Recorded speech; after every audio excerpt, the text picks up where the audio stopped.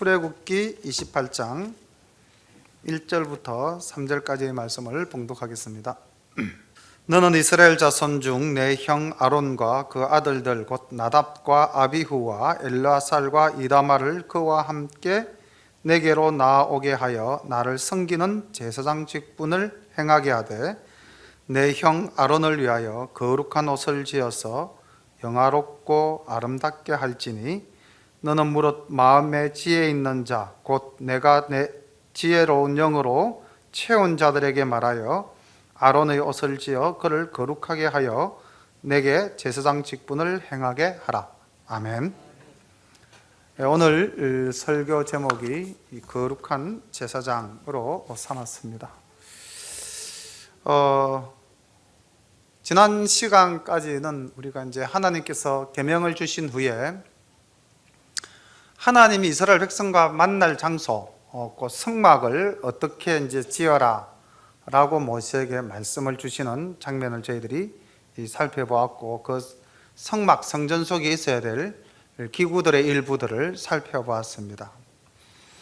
지금 우리가 계속 보고 있는 이 말씀은 하나님께서 지금 모세에게 시내산 정상에서 십계명과 또 율례와 함께 주시는 말씀입니다. 이게 지금 산을 내려와서 모세가 직접 이 땅에서 성막을 짓는 것도 아니고 또 제사장 옷을 입는 것도 아닙니다. 지금 하나님이 주시는 말씀을 받아서 적은 거거든요. 그래서 다음에 이제 이 출애굽기 우리가 30장 넘어서면은 이제 모세가 내려와서 다시 백성들을 불러 모아서 하나님으로부터 받은 말씀을 그대로 다시 한 번 더 전달하는 그런 과정이 소개가 되어질 겁니다. 앞에서 나왔던 말이 왜 또 나오지? 똑같은 내용이 왜 반복되지? 그건 하나님의 말씀과 그 말씀을 받은 모세가 백성들에게 전달하는 과정으로 보시면 될 것 같습니다. 오늘 이제 성막과 거기에 들어가는 성물, 다음에 이제 대제사장 아론에게 입힐 복장에 대해서 이야기를 하고 있습니다. 근데 제가 이제 오늘 28장과 29장을 여러분들께 이제 말씀을 전가할 건데요. 제가 이 말씀을 준비하면서 나중에 결론으로 또 한 번 더 말씀을 드리겠지만은 하나님의 은혜가 참 우리에게 크다. 지금 이 성막과 성소 안의 성물과 그리고 대제사장이 입을 옷과 또 이 제사장이 이 위임석을 받는 과정과 또 제사 지내는 절차들, 이 모든 것을 볼 때 너무나 힘들고 어려워요. 그리고 성막에 들어가서 하나님을 만나서 예배드리는 역할은 오직 대제사장 아론과 그의 이제 후손들만 하지 않습니까? 그런데 우리는 정말로 이런 복잡한 절차도 없이 너무나 하나님 앞에 편안하게 나올 수 있다는 것, 이게 얼마나 큰 은혜인지 제가 이 말씀을 준비하면서 받았던 은혜입니다. 칼빈이 만인 제사장설을 이야기하지 않았습니까? 모든 사람은 하나님께 예배드릴 수 있는, 모든 사람이 하나님을 만날 수 있는 제사장이다. 자, 그렇게 생각해 볼 때 지금 하나님이 모세에게 이스라엘 백성을 대표해서 하나님을 만날 수 있는 사람은 딱 한 사람, 대제사장. 그리고 그는 이제 오늘 여러분들이 또 이 복장이 어떻는지 성경 말씀을 읽으면 개념이 안 잡히죠.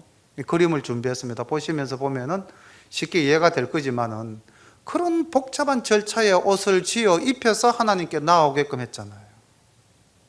근데 우리는 오늘 어떻게 왔습니까? 너무나 편안하게 왔죠. 너무나 편안해서 오히려 하나님께 결례가 되는 그런 삶으로 우리가 살고 있습니다. 그래서 오늘 이 대제사장의 복장과 대제사장의 위엄식을 보면서 우리도 제사장으로서 우리가 하나님께 예배드릴 때 어떻게 예배드려야 될 것인가를 한번 돌아보는 그런 시간이 되었으면 하는 바람입니다. 너는 이스라엘 자손 중 내 형 아론과 그 아들들 곧 나답과 아비후와 엘르아살과 이다말을 그와 함께 내게로 나오게 하여 나를 섬기는 제사장 직분을 행하게 하되. 자, 여기 보면은 하나님이 많은 사람, 이스라엘 백성의 그 수많은 사람들 중에서 오직 한 사람과 그의 후손을 택했습니다. 아론과 그의 아들들 선별하여 제사장을 뽑았죠. 그리고 2절에 보십시오. 내 형 아론을 위하여 거룩한 옷을 지어서 영화롭고 아름답게 할지어다. 거룩한 옷을 입히라고 그랬습니다. 영화롭고 아름답게 하라고 그랬습니다. 이 말씀 오늘 우리가 그대로 받으면 우리는 거룩한 존재죠. 그죠? 우리는 영화롭고 아름다운 자태로 하나님께 나아가야 되는 것입니다.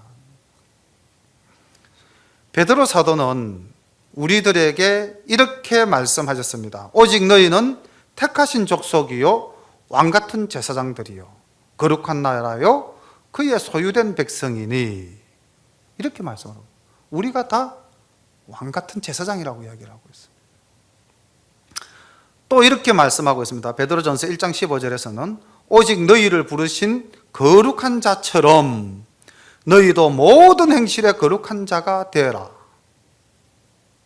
우리가 얼마나 오늘 거룩한 마음으로 거룩한 자세로 또 이렇게 하나님 앞에 나와서 예배를 드리는가 한 번쯤 돌아봐야 되겠죠. 너는 무릇 마음에 지혜 있는 자 곧 내가 지혜로운 영으로 채운 자들에게 말하여 아론의 옷을 지어 그를 거룩하게 하여 내게 제사장 직분을 행하게 하라. 거룩이라는 말이 계속 반복되어지고 있죠. 그리고 여기 이 3장에 3절에 보면 내가 지혜로운 영으로 채운 자들, 자 하나님이 이 아론의 옷을 지을 사람들을 예비해 두셨다는 겁니다. 그런데 그 예비한 사람에게는 지혜로운 영을 채워 주신다, 채워 놓았다라고 말씀하시죠. 하나님의 일을 하는 사람에게는 하나님이 그 역량을 주십니다. 우리가 교회에서 어떤 사명을 맡았다면 못한다고 겸손하게 대답할 것이 아니라 하나님께서 나에게 충만한 영으로 지혜를 주셨으니까 우리가 힘써 하나님의 일을 행할 수 있다라는 그런 담대한 고백이 필요할 것 같습니다. 31장 1절에서부터 6절까지의 말씀을 보면은 유다 지파에서 버살렐이라는 사람이 나와서 이제 성막과 옷을 짓는 일에 참여하게 되고요. 다한 지파에서는 오홀리압이라는 사람이 나와서 이 일을 행하게 됩니다.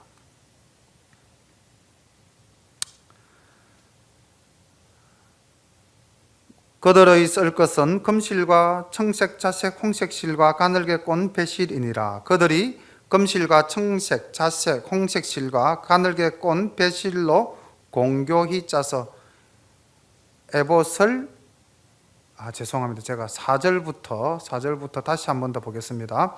그들의 지을 옷은 이러하니 곧 흉패와 에봇과 겉옷과 반포 속옷과 간과 띠라. 그들이 내 형 아론과 그 아들들을 위하여 거룩한 옷을 지어 아론으로 내게 제사장 직분을 행하게 할지며. 자, 여기 우리 번호를 한번 매겨볼까요? 흉패 1번, 에봇 2번, 겉옷 3번, 반포 속옷 4번, 관 5번, 띠 6번. 그리고 저 뒤에 가면 흉패가 하나 나올 겁니다. 그렇게 해서 7가지. 대제사장이 입어야 할 복장에는 7가지의 격식이 있습니다. 이제 그 하나하나를 설명할 겁니다. 제일 먼저 나온 것이 이제 에봇부터 나오게 됩니다. 그들의 쓸 것은 금실과 청색, 자색, 홍색실과 가늘게 꼰 배실이니라.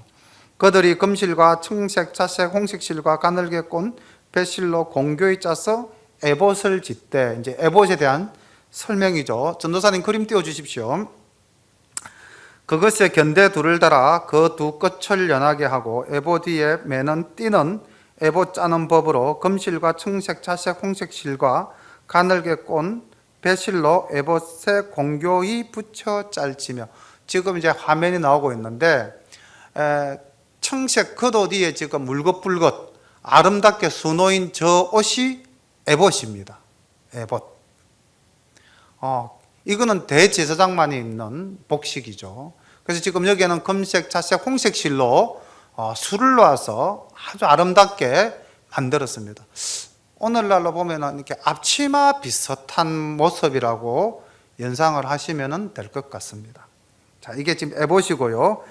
7절에 보면은 그 에봇 뒤에 요 어깨띠, 견대, 에봇을 이렇게 이제 뒤로 매는 견대가 놓죠. 그것에 견대 둘을 달아 그 두 끝을 연하게 하고, 에봇이 앞뒤가 똑같은 거죠. 앞뒤가 똑같은데 견대로서 앞뒤를 연결하라고 그랬습니다. 그리고 그 견대에 보십시오. 에봇 위에 매는 띠는 에봇 짜는 법으로 금실과 청색, 자색, 홍색실과 가늘게 꼰 배실로 에봇에 공교히 붙여 짤지며, 띠는 지금 우리 허리띠, 에봇 중앙을 가로지르는 이제 이 허리띠를 이야기하는 겁니다. 이것도 이제 청색, 자색, 홍색 실로 아름답게 만들어서 띠를 만들었어요. 이제 두 번째 띠가 하나 나왔습니다. 그리고 이제 이 견대는 그 위에 호마노라는 보석을 이렇게 계급장처럼 두 개를 붙이게 되는데, 거기에 대한 설명이 9절에 나옵니다. 호마노 두 개를 취하여, 근데 보석이죠. 보석돌 두 개를 취하여 그 위에 이스라엘 아들들의 이름을 새겨라. 굉장한 기술이 필요하겠죠. 보석에다가 이스라엘 12아들의 이름을 연차대로 이제 적는 겁니다. 그래서 이쪽 어깨에 6명의 아들의 이름이 적힌 호마노가 하나 달리고요. 이쪽 어깨에도 6 아들의 이름이 적힌 호마노가 달리게 되는 겁니다. 그게 지금 9절부터의 설명입니다. 10절, 그들의 연치대로 6 이름을 한 보석에, 나머지 6 이름은 다른 보석에, 보석을 새기는 자가 인의 새김같이 너는 이스라엘 아들들의 이름을 그 두 보석에 새겨 금태에 물리고 그 두 보석을 에봇 두 견대에 붙여 이스라엘 아들들의 기념 보석을 삼되 아론이 여호와 앞에서 그들의 이름을 그 두 어깨에 메어서 기념이 되게 할지며. 이렇게 제사장이 하나님 앞에 나아갈 때는 온 이스라엘을 대표해서 그 앞에 나아간다는 것을 의미하고 있죠. 근데 지금 이 12아들 이름이 또 붙습니다. 여기 견대에도 붙었지만은, 자, 그 다음 나오는 흉패. 흉패는 이제 이 가슴에 이렇게 달린 지금 뭐라고 해야 됩니까? 이 가슴에 달린 있던 보호막 같은, 이제 호주머니 같은 건데, 한번 보십시오. 흉패 지금 그림상으로는 정확하게 지금 구분이 될지 모르겠는데, 이 앞가슴 쪽 부분에 보면 조금 그림이 에봇 전체 그림과 조금 사뭇 다른 모습으로 있죠, 그죠? 그것이 흉패입니다. 우리 그 조선시대 때 벼슬아치들의 그 간복에 보면 가운데 이렇게 무늬는 학을 그리고 무늬는 호랑이를 그려서 이렇게 이제 신분을 나타내는 흉패가 있었거든요. 똑같은 겁니다. 근데 이제 지금 저 흉패에는 무엇이 들어가는지 한번 보십시오. 자, 근데 그 흉패가 이름이 판결흉패입니다. 15절부터 봅니다. 너는 판결흉패를 에봇 짜는 법으로 금실과 청색, 자색, 홍색 실과 가늘게 꼰 배실로 공교히 짜서 만들되 장광이, 즉 넓이와 길이가 한 뼘씩. 그래서 이 한 뼘은 22.5cm, 약 23cm 정도라고 봅니다. 가로 23, 세로 23cm인 정사각형의 패가 되겠죠. 자, 두 겹입니다. 보십시오. 장광을 한 뼘씩 두 겹으로 네모 반듯하게 하고 그것에 네 줄로 보석을 물리되 첫 줄은 홍보석, 황옥주, 녹주옥이요, 둘째 줄은 석류석, 남보석, 홍만호요, 셋째 줄은 호박, 백만호, 자수정이요, 넷째 줄은 녹보석, 호만호, 백옥으로 다 금태에 물릴지니 이 보석들은 이스라엘 아들들의 이름대로 12이라 매 보석에 12지파의 한 이름씩 인을 새기는 법으로 새기고, 아까 호마노에도 12아들의 이름을 새겼듯이 이 지금 흉패에 네 줄로 보석을 3개씩 붙여서 그 보석마다 이스라엘 12아들의 이름을 적으라고 그랬죠. 근데 이 흉패가 지금 무슨 흉패냐면은 판결 흉패입니다. 그러니까 제사장은 이스라엘 백성들의 허물과 죄악이 있다면은 그것을 들고 하나님께 나아가서 거기에 대한 치리, 판결을 받아와야 돼요. 근데 판결을 받을 때 어떻게 받느냐? 바로 이 판결 흉패와 이제 그 속에 또 조금 있으면 나오는 우림과 둠밈이라는 말이 나올 겁니다. 그 기구를 가지고 이제 하나님으로부터 판결을 위탁받는 겁니다. 하나님께 그 판결을 물어서 하나님이 주시는 말씀을 받아 나오는 거죠. 자, 그래서 지금 이 12아들의 이름이 계속해서 언급이 되는 겁니다. 22절 봅니다. 정금으로 녹건처럼 딴 사슬을 흉패 위에 붙이고 또 금고리 둘을 만들어 흉패 위 곧 흉패 두 끝에 그 두 고리를 달고 딴 두 금사슬로 흉패 두 끝 두 고리에 꿰어 매고 두 딴 사슬의 다른 두 끝을 에봇 앞 두 견대의 금태에 매고 또 금고리 둘을 만들어 흉패 아래 양편가 안쪽 곳 에봇에 닿은 곳에 달고 또 금고리 둘을 만들어 에봇 앞 두 견대 아래 매는 자리 가까운 편 곧 공교히 짠 띠 위편에 달고 청색 끈으로 흉패 고리와 에봇 고리에 꿰어 흉패로 공교히 짠 에봇 띠 위에 붙여 떠나지 않게 하라. 지금 판결 흉패를 부착하는 부착법에 대해서 이렇게 길게 설명을 하고 있습니다.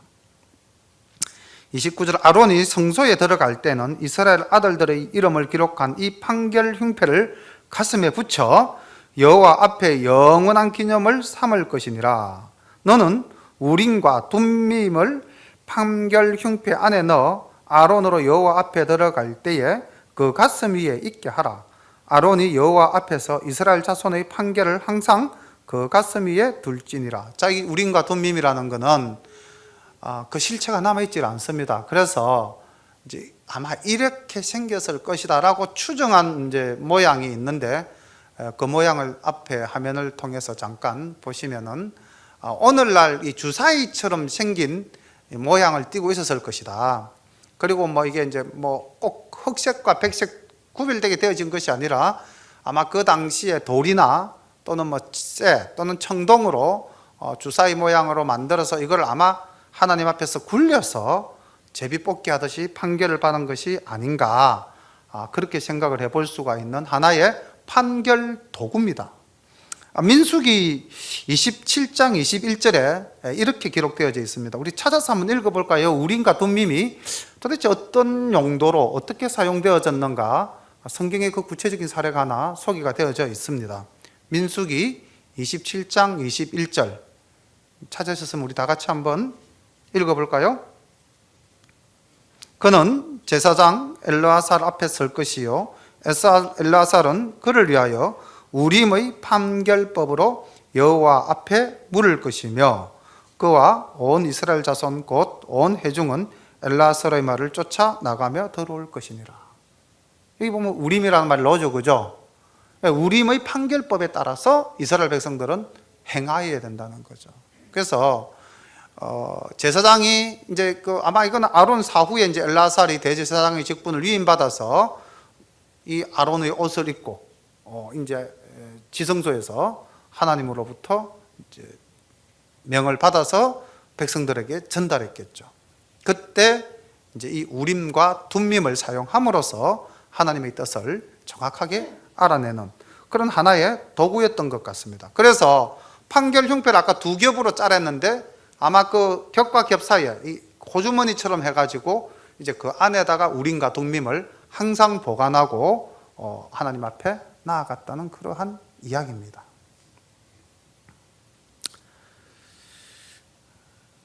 (31절) 말씀 봅니다. 너는 에봇 받침 겉옷을 전부 청색으로 하되 두 어깨 사이에 머리 들어갈 구멍을 내고 그 주위에 갑옷 깃같이 깃을 짜서 찢어지지 않게 하고 그 옷 가장자리로 돌아가며 청색, 자색, 홍색 실로 석류를 수놓고 금방울을 간격하여 달되 그 옷 가장자리로 돌아가며 한 금방울 한 석류 한 금방울 한 석류가 있게 하라. 다시 그림을 보면은요, 아까 우리가 이제 에봇은 굉장히 화려한 모습으로 되어 있었고 바로 그 에봇 속에 받쳐 입는 옷인지 겉옷인데 전도사님 그림 부탁합니다. 그 겉옷이 전부 남색으로 이루어져 있음을 볼 수가 있는데 특이한 것은 이거 말고요, 소매가 없습니다. 그게 반팔 형식으로 이제 이루어져 있죠. 그리고 이제 지금 여기서는 안 보이는데 이제 청색 끝 나는 부분, 제일 아래쪽 치마 끝이죠. 그죠? 치마 끝에다가 석류 하나, 방울 하나, 석류 하나, 방울 하나를 술을 놓아서 이제 돌리라는 겁니다. 그리고 이제 석류는 술을 놓았을 것이고 방울은 달았겠죠. 그리고 이제 이 방울이 어딘가에 사용이 되어졌겠죠? 어디에 사용되어졌을까요? 성경을 읽으신 분은 다 아시겠지만은 다 알고 계시죠? 우리 사랑교회 성도님 여러분들은. 자, 제사장이 움직일 때마다 뭐가 날까요? 방울 소리가 나겠죠? 근데 만약에 제사장이 지성소 안에 들어갔는데 방울 소리가 안 났다. 그러면은 제사장이 죽는 겁니다. 자, 제사장이 죽은 경우가 있습니까? 없습니까? 우리가 하나님이 레위 족속 중에서 아론을 뽑아서 대제사장으로 삼고 그리고 그 대제사장직을 그의 아들들에게 이제 유전하게 했죠. 그죠? 우리가 조금 전에 2절에서 봤지 않습니까? 근데 보십시오. 그 아들 중에서 아비후와 엘라살은 어떻게 됩니까? 죽임을 당합니다. 레위기 10장 1절 말씀을 한번 볼까요? 레위기 10장 1절. 이게 하나님으로부터 택함받은 제사장이라도 하나님 앞에서 험있게 되고 하나님의 명령을 쫓아 순종하지 않으면 하나님이 죽였다는 겁니다. 굉장히 무서운 말씀이죠. 그러니까 우리가 하나님의 백성 자녀가 되었다고 해서 우리의 모든 것이 다 완전하게 해결됐다는 건 아닙니다. 우리는 하나님의 자녀가 되었기 때문에 이제 우리에게는 하나님의 말씀에 순종해야 될 당연한 의무를 가지게 되는 거죠. 그 당연한 의무를 다하지 못했을 때 죽임을 당했다는 거죠. 좀 무서운 말씀인데 레위기 10장 1절과 2절 말씀 우리 함께 읽어보겠습니다. 시작. 아론의 아들 나답과 아비후가 각기 향로를 가져다가 여호와의 명하시지 않은 다른 불을 담아 여호와 앞에 분향하였더니 불이 여호와 앞에서 나와 그들을 삼키매 그들이 여호와 앞에서 죽은지라. 죽습니다. 그 이스라엘 백성 중에서 아론과 그 아들들에게는 대제사장과 제사장 그리고 그 아론이 죽고 난 다음에 다시 또 대제사장을 맡을 수 있도록 하나님이 뽑아서 구별했지만 그러나 그가 하나님의 명령을 지키지 않았을 때는 그 죄가 다른 불을 하나님께 바쳤다는 거죠. 이제 성경은 그렇게 기록됐지만 또 해석하시는 분들은 아마 이때 두 사람은 아마 술에 취하였을 것이다. 그래서 불을 하나님께 잘못 드렸을 것이다. 이렇게 이야기하시는 분들도 있는데요. 어쨌든 하나님의 명대로 우리는 당연히 살아야 할 의무가 있습니다. 가정에서도 자녀들은 부모님의 말씀에 순종해야 될 나름대로의 의무가 있지 않습니까? 그렇다면 하나님이 특별히 선별해서 거룩한 제사장으로 삼으시고 이렇게 아름다운 옷을 하나님이 직접 디자인해서 지어 입히시고 거룩하고 영화롭게까지 하셨는데 우리가 그 하나님의 말씀대로 살지 못한다면 하나님은 거룩한 제사장으로 삼았던 자라 할지라도 죽이신다는 거죠. 그래서 우리가 나는 예수 믿고 구원받았다. 그래서 내 마음대로 살아도 된다. 굉장히 위험한 생각이고 잘못된 신앙관이죠. 지금은 우리가 구약시대가 아닌데요. 아니죠. 이거 하나님의 말씀이죠. 구약 신약을 떠나서 하나님의 말씀입니다.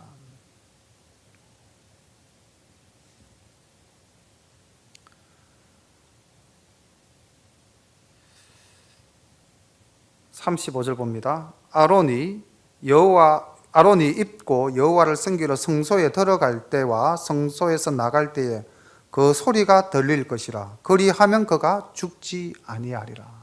자, 이 방울은 그가 죽었는가 살았는가 하나님께 온전한 예배를 드림으로써 하나님이 기뻐 그 제사를 받으셨는가 안 받으셨는가를 밖에 있는 백성들이 판단할 수 있는 하나의 신호체계였습니다.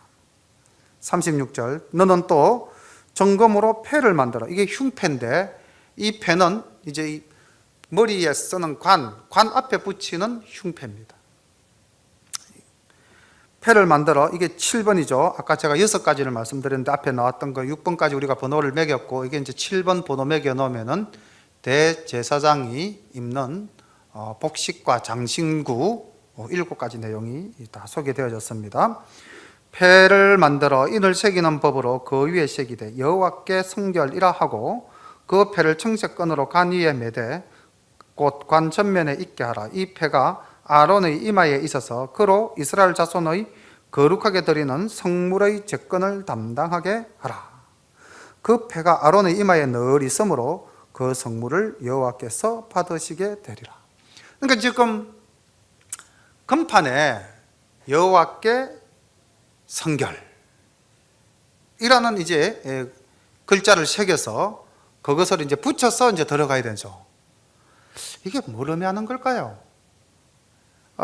이 말은 코데시라 예호와 이렇게 이제 되어 있는데, 원어에는 이 코데시라는 말이 지금 여기 우리 성경에서는 성결 이렇게 이제 번역이 되어져 있는데, 원어로는 거룩으로 해석을 해도 무리가 없는 말입니다. 그러니까 항상 우리는 거룩한 존재여야 되는 거죠. 거룩한 존재가 되기 위해서는 깨끗해야 되는 거죠. 그렇죠? 그래서 이 패를 머리에 붙여서 하나님께 나아갈 때 이 패의 기능이 뭡니까? 이스라엘 백성들이 바쳤던 그 제물들이 이 패의 거룩함, 성결함에 힘입어서 성결케 되고, 이스라엘 백성들이 성결케 되고, 이스라엘 백성들이 드리는 예배가 성결케 된다는 의미죠. 그래서 항상 이 패를 관의 앞부분에 붙여서 하나님께 이제 나아간다는 거죠. 오늘날 우리가 이 말씀 우리 삶 속에 적용을 시킨다면은, 과연 나는 지금 우리 이 말하고 말하기는 못하지만은 과연 여호와께 거룩한 모습으로, 여호와께 성결한 마음으로 이 예배의 제단에 나아왔는가 한번 돌아볼 필요가 있죠. 그리고 내가 드리는 예배가 하나님이 받으시기에 합당한 거룩한 예물인가, 성결한 예물인가, 성결한 예배인가 돌아볼 수 있다는 거죠. 이 패로 말미암아 이스라엘 백성들이 바치는 그 제물들이 비록 흠이 있고 죄가 있는 거라도 하나님이 그걸 인해서 성결하게 해주신다고 말씀을 하셨으니까. 지금 여기에 나오는 사실 모든 내용들은 예수 그리스도의 예표라고 볼 수가 있죠. 그죠? 우리 주님께서 이 모든 것을 다 담당해 주셨어요. 그래서 우리는 관도, 띠도, 애봇도 다 없어도 하나님 앞에 이렇게 나올 수 있는 겁니다. 그렇지만 그 예수님의 은혜를 생각하면서, 또 우리를 자녀 삼아 주신 하나님의 은혜를 생각하면서 우리가 해야 될 행동은 거룩함과 성결함입니다. 39절 봅니다. 너는 가는 배실로 반포 속옷을 짜고 가는 배실로 관을 만들고 띠를 수놓아 만들지니라. 세 가지가 동시에 나오는데, 반포 속옷은 무엇이냐면은 아까 우리 이제 그림에서 보면은 청색 겉옷 안에 흰색 세마포 배옷이 이제 있었습니다. 크게 거기는 술을 넣고 화려하게 꾸미지는 않았어요. 그리고 이제 관, 그리고 띠. 너는 아론의 아들들을 위하여 속옷을 만들며 그들을 위하여 띠를 만들며 그들을 위하여 관을 만들어 영화롭고 아름답게 하되, 너는 그것들로 내 형 아론과 그와 함께한 그 아들들에게 입히고 그들에게 기름을 부어 위임하고 거룩하게 하여 그들로 제사장 직분을 내게 행하게 할지며. 자, 여기서 우리가 이제 이 복식의 차이가 하나 있습니다. 눈여겨보시면은 제가 아까 1번부터 7번까지 넘버링을 해라고 그랬는데, 이건 지금 오직 한 사람, 그 지성소에 들어가는 대제사장이 입는 복식이었고, 그를 도와서 이제 보조하는 제사장, 아론의 아들들에게 입힐 복장의 규례가 다르죠. 앞에는 7가지의 형식이 있었는데 뒤에는 몇 가지입니까? 3가지죠. 3가지. 자, 보십시오. 일반 제사장의 옷은 속옷과 흰 옷이죠. 그죠? 그 다음에 그 허리에 두르는 띠와 머리에서는 관, 3가지밖에 없습니다. 그렇게 해서 이제 대제사장과 제사장의 복식이 달랐다는 것을 우리가 알 수가 있죠. 42절 말씀 봅니다. 또 그들을 위하여 배로 고이를 만들어 허리에서부터 넓적 다리까지 이르게 하여 하체를 가리게 하라. 속옷 바지입니다. 자, 우리가 이걸 또 생각하면서 한 번 더 돌아볼 것은, 내가 모든 것을 완벽하게 준비했다 하더라도 마지막 한 군데까지 놓치지 말아야 된다는 거죠. 하나님께 하체를 드러내지 말라는 겁니다. 아론과 그 아들들이 회막에 들어갈 때나 제단에 가까이 하여 거룩한 곳에서 섬길 때 그것들을 입어야 죄를 지어서 죽지 아니하리니 그와 그의 후손의 영원히 지킬 규례니라. 속옷을 입어서 하체를 가리고 정결하게 예수님께 하나님께 나오라는 거죠.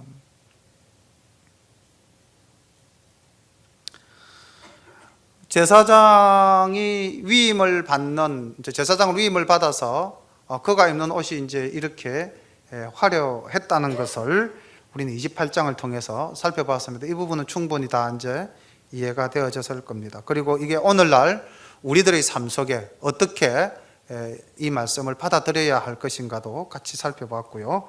29장은 이제 그 제사장을 세우는 예식, 위임식입니다. 이 예식에는 이제 제사가 들어가는데 제사장을 세우는 이 제사가 세 가지가 있습니다. 그리고 이게 7일간 행하여집니다. 그 내용에 대한 이야기입니다. 너는 그들에게 나를 섬길 제사장 직분을 위임하여 그들로 거룩하게 할 일이 이러하니 곧 젊은 숫소 하나와 흠없는 수양 둘을 취하고 무교병과 기름 섞인 무교 가자와 기름 바른 무교 전병을 모두 고운 밀가루로 만들고 그것들을 한 광주리에 담고 그것을 광주리에 담은 채 그 송아지와 두 양과 함께 가져오고, 1절부터 3절까지의 내용은 가만히 보니까 위임식에 사용되어지는 제물에 대해서 이야기를 하고 있죠. 내용들이 무엇입니까? 세 가지가 있는데 첫 번째가 숫소, 송아지 한 마리죠. 송아지 한 마리하고 또 양 두 마리입니다. 그렇죠? 양 두 마리하고 또 뭐가 있죠?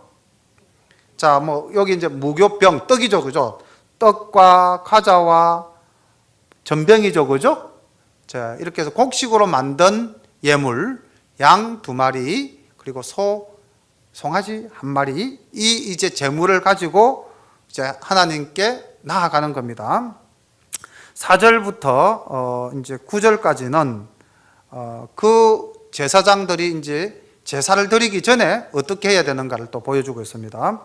너는 아론과 그 아들들을 회막문으로 데려다가 물로 씻기고 그 의복을 가져다가 아론에게 속옷과 에봇 받침 겉옷과 에봇을 입히고 흉패를 달고 에봇에 공교히 짠 띠를 띄우고 그 머리에 간을 씌우고 그 위에 성패를 더하고 관유를 가져다가 그 머리에 부어 바르고 그 아들들을 데려다가 그들에게 속옷을 입히고 아론과 그 아들들에게 띠를 띄우며 간을 씌워서 제사장의 직분을 그들에게 맡겨 영원한 규례가 되게 하라. 너는 이같이 아론과 그 아들들에게 위임하여 거룩하게 할지니라. 자, 제사장 이제 그 위임식을 하기 위해서 이렇게 이제 제단으로 나아가기 전에 먼저 몸을 씻기는 작업이 있습니다. 정결제식이죠. 그리고 옷을 입히고 그다음 뭡니까? 머리에 기름을 붓죠. 하나님의 영이 함께한다. 하나님이 그를 택해서 제사장으로 삼았다. 구별되고 성별되게 하시는 거죠. 그래서 하나님이 여기서도 9절에 보면은 거룩하게 할지니라. 이 거룩이라는 말이 계속 반복되어집니다. 그래서 베드로 사도도 우리를 제사장 삼아 주셨는데 제사장 삼아 주신 하나님이 거룩하니 너희도 거룩하라고 강조하고 있는 겁니다. 우리가 왜 예배 드릴 때에 마음가짐이나 복장이나 이 모든 것을 좀 더 단정하게 해야 되는가? 하나님 앞에 나올 때 우리는 왕같은 제사장입니다. 거룩한 백성입니다. 자, 이렇게 이제 예물을 준비하고 정결의식을 치르고 머리에 기름까지 붓고 이제 하나님께 위임식 제사를 지내는데 제일 먼저 지내는 제사가 무슨 제사입니까? 혹시 아시나요? 성경 속에 답이 있습니다. 무슨 제사일까요? 우리가 여기서 이제 보면은 제사의 종류가 여러 가지가 나올 건데, 레위기에 가면은 1장부터 7장까지가 제사에 대한 설명입니다. 그때 제사를 하나하나 구별되게 뜯어볼 거고요. 오늘은 그냥 나오는 내용만 가지고 넘어가겠습니다. 자, 그런데 이 수소, 송아지와 양을 가지고 지금 나온 이 떡과 무교병을 가지고 드리는 이 제사는 어떤 제사일까요? 속죄제입니다. 예, 맞습니다. 지금부터는 속죄제에 대한 설명을 할 겁니다. 깨끗하게 자기가 준비를 했지만은, 그러나 내가 흠이 있고 죄가 있는 사람이죠. 그래서 하나님께 먼저 이제 나의 죄를 고백하고 그 죄를 씻김 받는 제사를 지내는데 그게 속죄제입니다. 보겠습니다.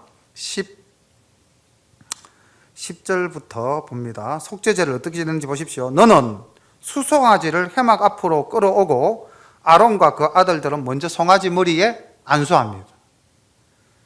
너는 이제 뭐 거룩한 제물이 되도록 이제 안수를 하는 거죠. 그 송아지도 거룩하게 만드는 겁니다. 너는 회막문 여호와 앞에서 그 송아지를 잡고 그 피를 너의 손가락으로 단 뿔들에 바르고, 자, 이게 지금 번제단 말하는 겁니다. 번제단 내 귀에 단이 있었죠, 그죠? 그 단뿔에 바르고 그 피를 전부 단 밑에 쏟을지며 내장에 덮인 모든 기름과 간 위에 있는 거풀과 또 콩팥과 두 콩팥과 그 위에 기름을 취하여 단 위에 불사르고 그 수소의 고기와 가죽과 똥을 짐 밖에서 불사르라. 이는 속죄제니라. 이게 속죄제에 대한 설명이에요.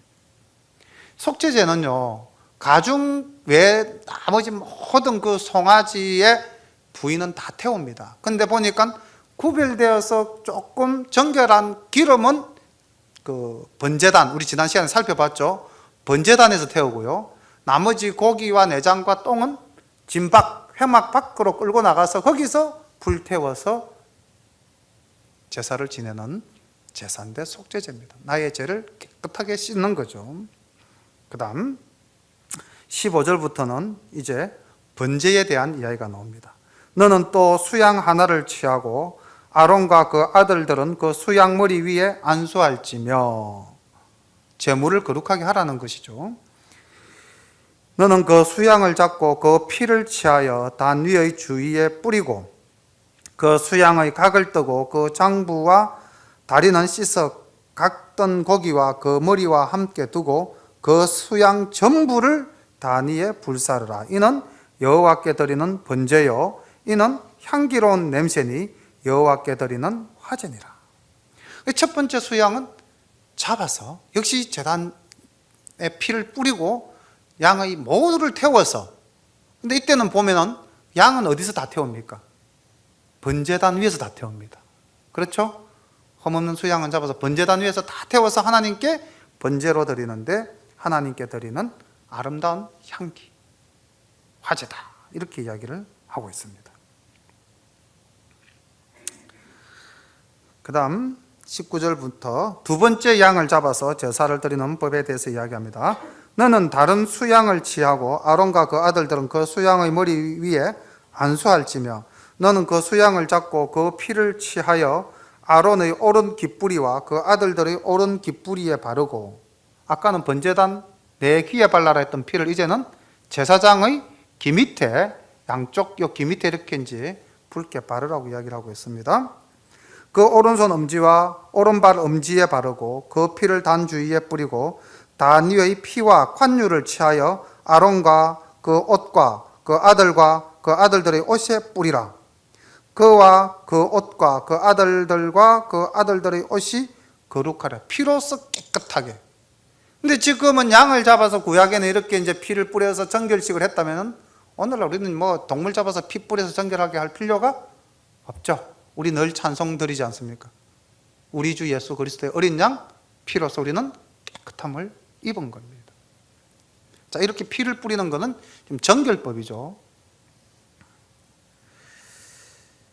22절 또 너는 그 수양의 기름과 기름진 꼬리와 그 내장에 덮인 기름과 가니의 끝풀과 두 콩밥과 그것들 위의 기름과 줄 것입시오. 우편 넓적 다리를 취하라. 지금 보니까 두 번째 양은 잡아가지고 그 각종 부위에 있는 기름을 따로 이제 성별해서 구별해내고 그 다음에 오른쪽 넓적 다리입니다. 우편 넓적 다리를 취하라.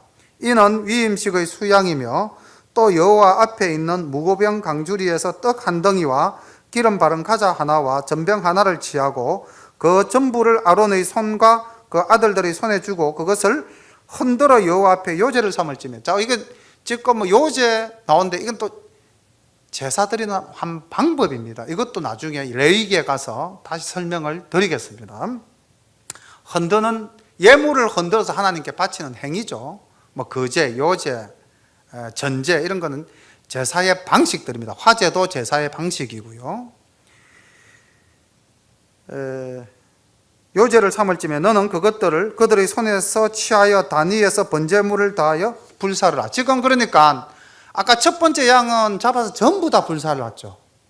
번제로서 여호와께 드리는 아름다운 향기의 제물이었습니다. 근데 두 번째 송아지는 뭐만 불태웁니까?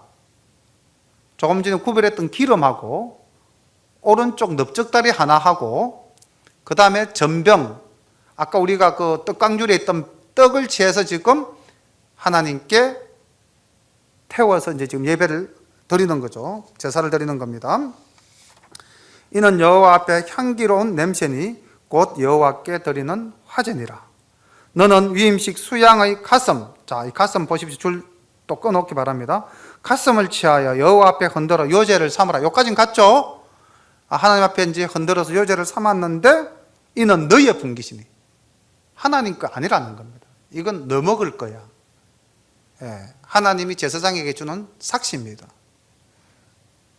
너는 그 흔든 요제물 곧 아론과 그 아들들의 위임식 수양의 가슴과 넓적 다리를 거룩하게 하라.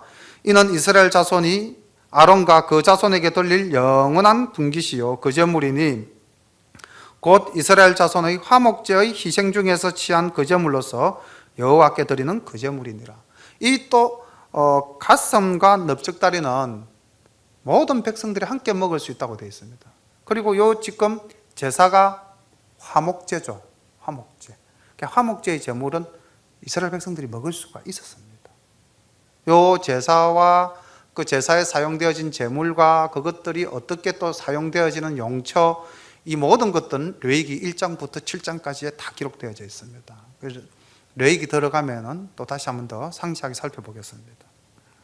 자, 지금 두 번째 양은 보니까 하나님께 드려야 될 부분이 있고 아론과 그의 그 자녀들이 먹는 제사장의 몫이 있고 이스라엘 백성들의 분깃이 또 있다는 것을 우리가 살펴봤죠.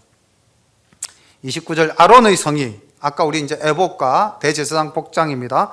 아론의 성의는 아론의 후에, 아론이 죽은 후에 그 아들들에게 돌릴지니 그들이 그것을 입고 기름 부음으로 위임을 받을 것이며 그를 이어 제사장이 되는 아들이 회막에 들어가서 성소에서 섬길 때에 7일 동안 그것을 입힐지니라. 아론의 후예가 대제사장이 된다는 규례를 주셨습니다. 너는 위임식 수양을 취하여 거룩한 곳에서 그 고기를 삶고 아론과 그 아들들이 회막문에서 그 수양의 고기와 강주리에 있는 떡을 먹을지니라. 아까 가슴 부분 하나님이 주신 부분 있죠? 이제 그거는 제사 지낸 후에 아론의 후예들이 제사장들이 먹는다는 겁니다.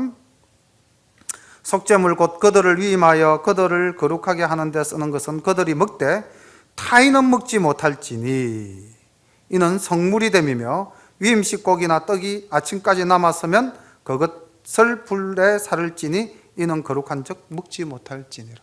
이게 제사장이 먹는 것은 다른 사람에게 줄 수가 없었다는 거죠. 그리고 당일 먹고 뒷날까지 남기지 말라는 겁니다. 자, 그 다음 35절부터는 이제 다시 한 번 더 속죄제를 지낼 때에 그 단을 정결하게 하는 방법에 대해서 다시 한 번 더 구체적으로 설명해 주고 계십니다. 보겠습니다. 너는 내가 물은 내게 명한 대로 아론과 그 아들들에게 그같이 하여 7일 동안 위임식을 행하되 매일 수송아지, 아까 제일 처음에 잡았던 게 수송아지였죠. 매일 수송아지 하나로 속죄하기 위하여 속죄제를 드리며, 아까 속죄제 드렸죠. 또 단을 위하여 속죄하여 깨끗게 하고 그것에 기름을 부어 거룩하게 하라. 내가 7일 동안 단을 위하여 속죄하여 거룩하게 하라. 그리하면 지극히 거룩한 단이 되리니 무릇 단에 접촉하는 것이 거룩하리라. 자, 7일 동안 매일 송아지 잡아서 그 속죄제를 드림으로써 그 단을 정결케 하고, 단이 정결케 됨으로써 그 이후에 들어오는 제물들이 다 정결하게 된다는 겁니다. 우리가 이제 뭐 이게 숫자를 가지고 뭐 의미를 부여한다는 것이 뭐 또 잠깐 뭐 또 잘못되어질 수도 있지만, 그러나 성경에서 숫자는 나름대로 의미를 가지죠. 7은 완전수죠. 그러니까 7일 동안 소를 잡아서 속죄제를 삼으라는 건 이제 완전하게 정결한 제사를 준비하라는 것으로 해석할 수가 있겠습니다. 그러니까 이제 이렇게 했을 때에 우리가 42절로 넘어가서 한번 볼까요? 자, 이렇게 7일 동안 계속 깨끗하게 하고 이렇게 이제 해서 제물을 드릴 때 하나님께서 어떻게 하시겠다라는 말씀이 나옵니다. 42절 다 같이 읽어볼까요? 시작.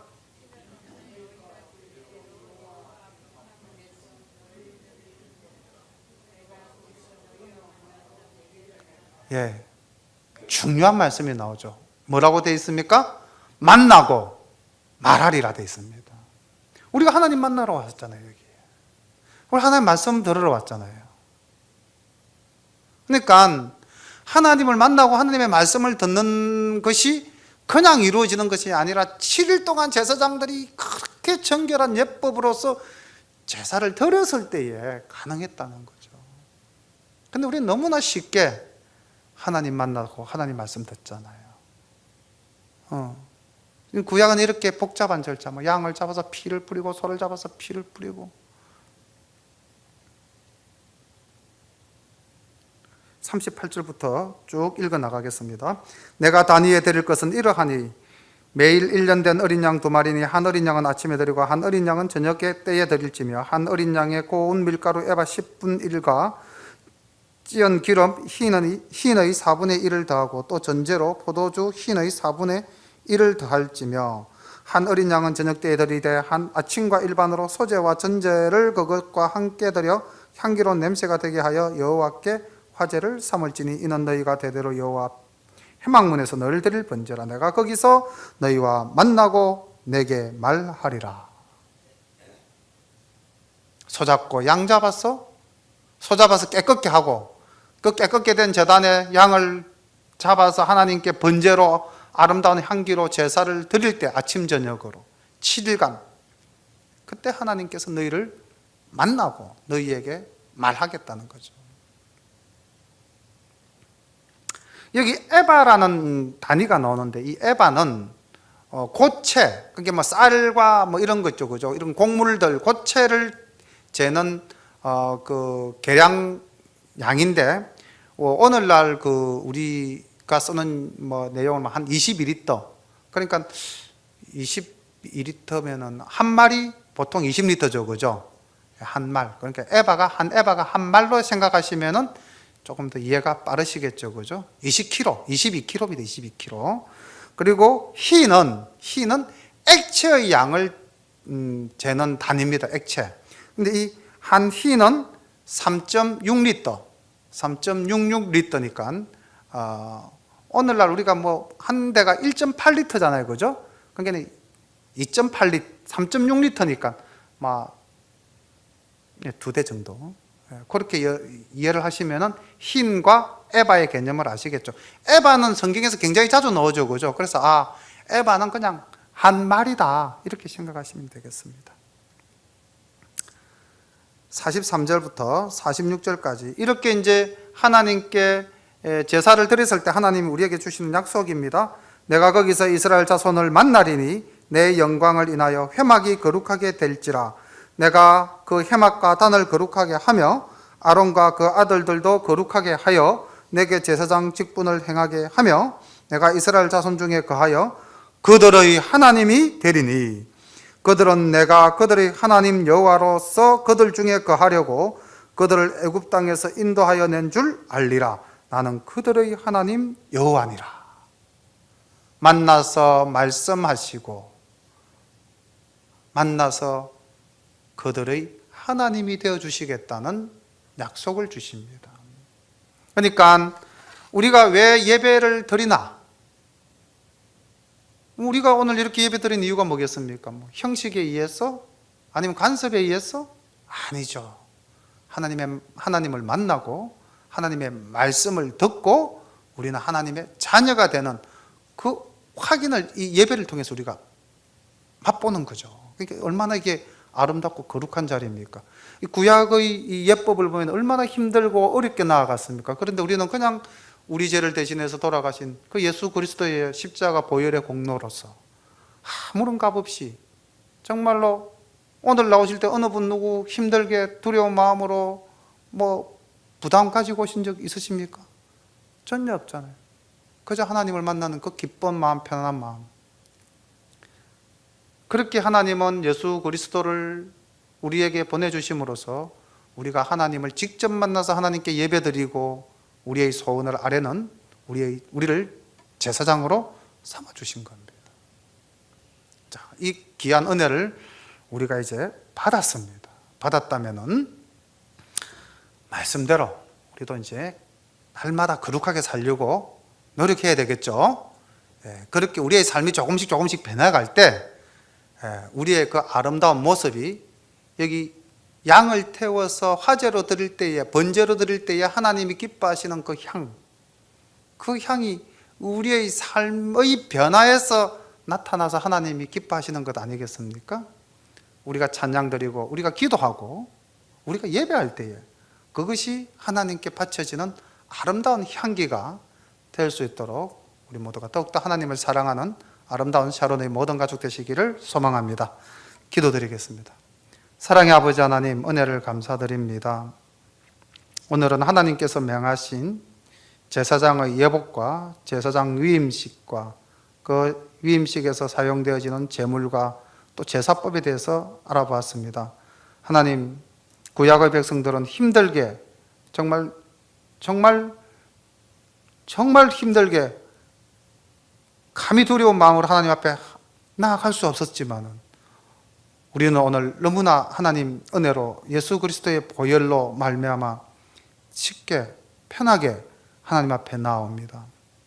그러나 하나님, 우리의 마음속에 하나님을 사랑하는 것 뜨거운 사랑이 있기에 이 추운 날씨에도 우리가 이렇게 모여서 하나님께 예배드립니다. 우리의 이 예배를 받아주시고 우리가 정말 하나님을 사랑하는 것만큼 우리의 삶도 거룩하게 될 수 있도록 날마다 기도하는 저희들 되게 인도하여 주시옵소서. 예수님의 이름으로 감사하며 기도드립니다. 아멘.